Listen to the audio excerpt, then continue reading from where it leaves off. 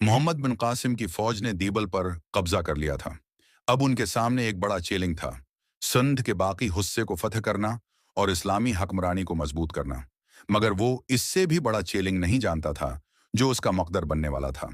एक साजिश, एक धोखा और एक अलमनाक इंजाम। नीरोन कोट की फतह, दीबल की फतह के बाद मोहम्मद बिन कासिम ने अपनी फौज को अगले हदफ की तरफ रवाना किया। ये जगह थी नीरोन कोट, मौजूदा हैदराबाद सनद के करीब, जो दिफाई लिहाज से एक मजबूत किला था। यहाँ का हाकिम राजा दाहिर का एक वफादार सरदार था। जब मोहम्मद बिन कासिम की फौज नीरोन कोट के करीब पहुंची तो शहर के दरवाजे बंद कर दिए गए।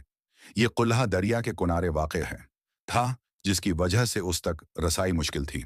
मोहम्मद बिन कासिम ने अपनी मंजनीक़ें नस्ब कें और कुले पर हमला शुरू कर दिया।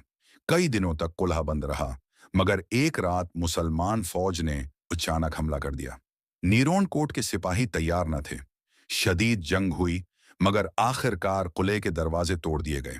मुसलमानों ने शहर पर कब्जा कर लिया और मोहम्मद बिन कासिम ने मकामी लोगों के साथ नरमी से पेश आने का ऐलान किया। ये मोहम्मद बिन कासिम की फितरत थी। जहां जरूरत पड़ती वो सख्ती से काम लेता, मगर बलावजा खून खराबे से ग्रीज करता। वो एक फातिह होने के साथ साथ एक मुदब्बिर हकमरान भी था। राजा दाहिर के साथ आखिरी मार्का नेरून कोट की फतह के बाद मोहम्मद बिन कासिम की फौज आगे बढ़ी और बरहमन आबाद पहुंच गई, जहां राजा दाहिर खुद एक जबरदस्त फौज के साथ मुकाबले के लिए तैयार खड़ा था। ये मार्का सुनद की तारीख के सबसे अहम मार्कों में शुमार होता है। राजा दाहिर ने अपनी फौज को तरतीब दिया और खुद एक हाथी पर सवार हुआ। उसके साथ हजारों सिपाही, घड़सवार और तीरंदाज थे। बराक्स मोहम्मद बिन कासिम की फौज ज्यादा मुनज्जम थी। जंग कई घंटों तक जारी रही। मोहम्मद बिन कासिम ने अपनी फौज को हिकमत अमली से तरतीब दिया। जब राजा दाहिर की फौज थकने लगी तो मुसलमानों ने शदीद हमला किया। राजा दाहिर ने अपने सिपाहियों को आखिरी वक्त तक लड़ने का हुक्म दिया, मगर जब वो खुद हाथी से गर कर शदीद जख्मी हुआ तो उसकी फौज में बददिली फैल गई। कुछ सिपाही भाग गए, कुछ ने हथियार डाल दिए और कुछ ने आखिरी दम तक लड़ने की कोशिश की, मगर आखिरकार राजा दाहिर मारा गया।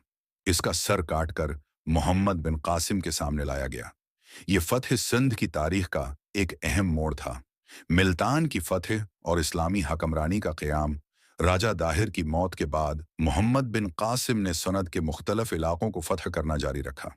वो बरहमन आबाद, सीविस्तान, सहोन और दूसरे इलाकों को फतह करते हुए मुल्तान पहुंचा। मुल्तान इस वक्त एक अमीर शहर था, जिसे सोने का शहर कहा जाता था। यहाँ का हुक्मरान भी राजा दाहिर का एक वफादार था। मोहम्मद बिन कासिम ने मुल्तान के खिलाफ जंग छेड़ दी। कई हिफ्तों की जदोजहद के बाद आखिरकार शहर पर कब्जा हो गया। मोहम्मद बिन कासिम ने मुल्तान के एक मशहूर मंदिर से खजाना बरामद किया, मगर उसने मकामी लोगों के साथ नरमी से पेश आने का हुक्म दिया और मुल्तान में इस्लामी हकमरानी कायम की। अब संध मुकम्मल तौर पर खिलाफत बनो इमिया के जेर तसल्लुत आ चुका था। मोहम्मद बिन कासिम ने एक मुनज़्ज़म हुकूमत कायम की, टैक्सों का मुनसफाना निज़ाम बनाया और इंसाफ का बोलबाला किया। उसने हिंदू और बौद्ध मत के मानने वालों के साथ नरमी का रवैया अख्तियार किया, जिसकी वजह से कई लोग उस हिंदू गाज मोहम्मद बिन कासिम की कामयाबियों की खबरें खिलाफत के दाराल हुकूमत दमश्क तक पहुंच चुकी थीं। मगर वहां एक बड़ी तब्दीली आ रही थी। खलीफा वलीद बन अब्दुल मलिक की वफात और उसकी जगह सुलेमान बन अब्दुल मलिक का खलीफा बनना। हुजाज बन यूसुफ, जो मोहम्मद बिन कासिम का सबसे बड़ा हमायती था, भी इस वक्त तक फूत हो चुका था। सुलेमान बिन अब्दुल मलिक को हुजाज की पॉलिसियों से सख्त नफरत थी और वो इसके तमाम साथियों से बदला लेना चाहता था। एक दिन मोहम्मद बिन कासिम को दिमश्क से एक खत मिला। इसमें लिखा था, फौरन वापस आओ। मोहम्मद बिन कासिम को हैरत हुई। वो एक कामयाब हकमरान था, उसने सिंध को मुस्तहकम किया था, फिर अचानक ये हुक्म क्यों? मगर वो खिलाफत का वफादार था।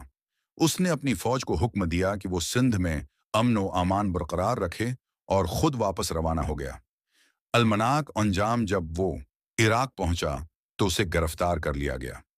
सुलेमान बिन अब्दुल मलिक ने उसे कैद में डाल दिया और उस पर झूठे इल्जामात लगाए।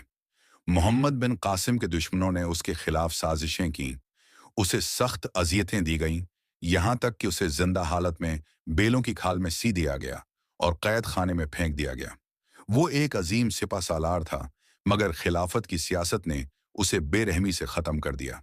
कुछ रवायात के मुताबिक उसकी मौत कैद में हुई, जबकि कुछ रवायात कहती हैं कि उसे सख्त अजियत देकर कत्ल कर दिया गया। विरासत और इसरात मोहम्मद बिन कासिम की मौत तारीख का एक बड़ा अलमिया थी, मगर उसकी फतूहात ने बरसगीर में इस्लामी तहजीब की बुनियाद रख दी। सिंध में अरबों की हुकूमत कई दहाइयों तक कायम रही और उसका असर आने वाली सदियों तक महसूस किया गया।